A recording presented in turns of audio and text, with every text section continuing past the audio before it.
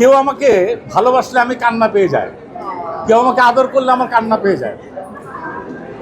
যখন আপনারা সবাই আমাকে এইভাবে আদর করেন আমার কান্না পায়। এটা অ্যাক্টিং না, এটা সত্য জিনিস। আজকে আমার ঈদ, কারণ আমি ঈদের আগের দিন থেকে অসুস্থ ছিলাম একটু।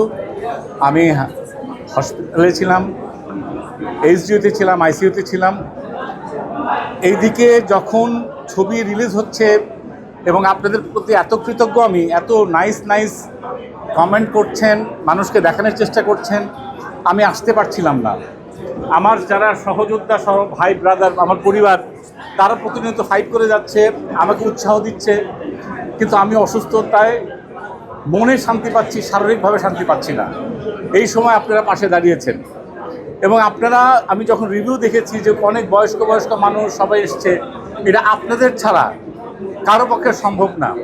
আর আমি আমার ইউনিট, আমার ডিরেক্টর, প্রডিউসার, কো আর্টিস্ট, এদের প্রতি এবং আমার যে ক্যামেরা, টোটাল ইউনিট, প্রোডাকশন বয় থেকে শুরু করে তাদের প্রতি এত কৃতজ্ঞ। শুটিংয়ের সময় অনেক সময় মিসবিহেভ করেছি, রাগারাগি করেছি, কিন্তু যখন শুটিং শেষ করার পর যখন এই অবস্থাটা দেখি তখন কৃতজ্ঞতায় বাথা নুয়ে আসে। মনে হয় যে খামাখা কেন আমরা এই ভুলগুলা করি। এবং শুধু এটার ক্ষেত্রে আরেকটা জিনিস মনে হয়েছে, আমার ব্যক্তিগতভাবে ব্যক্তি জীবনে আমরা অনেক ক্ষেত্রে অনেক কিছুতে অনেক সময় অনেক ভুল করেছি। আমরা চাই এই যে সুন্দরভাবে আমরা ধর্ম বর্ণ নির্বিশেষে, দলগত নির্বিশেষে আমরা সমস্ত সবাই বাংলাদেশে একসাথে থাকব, একসাথে সুখে দুঃখে থাকব, উৎসব করব এবং সবাই যেন আমরা সবসময় থাকতে পারি পরিবার নিয়ে। শুধু ছবি কেন, পরিবার বন্ধুবান্ধব নিয়ে আমরা যেন সব জায়গায় যেতে পারি। আপনারা সবসময় সঙ্গে থাকেন। ফিল্ম ইন্ডাস্ট্রি আরও বড় বড় ফিল্ম আসুক, আরও ভালো হোক। আমি এত কথা বললে তো হবে না, ওদের কথা নিশ্চয়ই আরও আছে।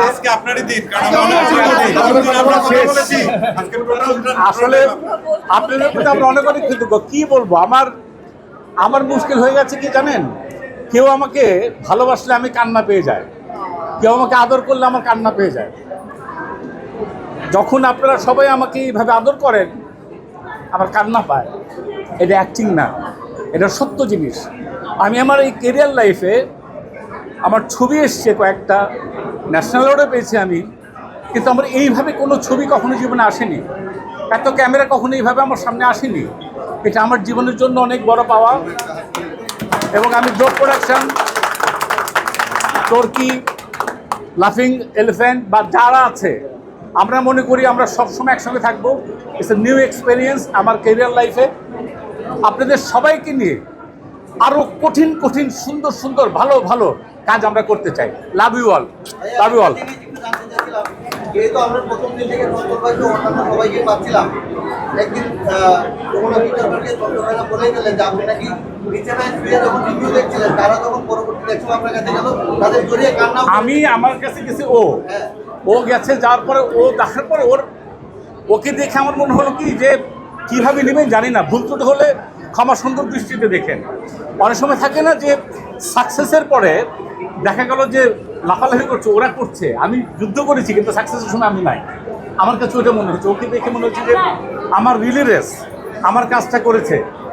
আমি খুব ইমোশনাল হয়ে গেছিলাম। ও পরে ঠিক করলো, সেই জন্য মুশকিল হয়েছে যে ইমোশনাল হয়ে যায় ভাই। আর জিনিসটা তো অভিনয় পার্টটাই তো ইমোশনাল ভাই। রাগ করি, দুঃখ করি, ভালোবাসি, ইমোশনাল পার্ট। কথা না বলে আমার মনে হয় ছবি দেখবো, ছবি দেখে আরো প্রশ্ন, আমি তো আছি, অসুবিধা কি? যখন বলবেন আমি হাজির। এখন থেকে আছি ইনশাল্লাহ। Love you.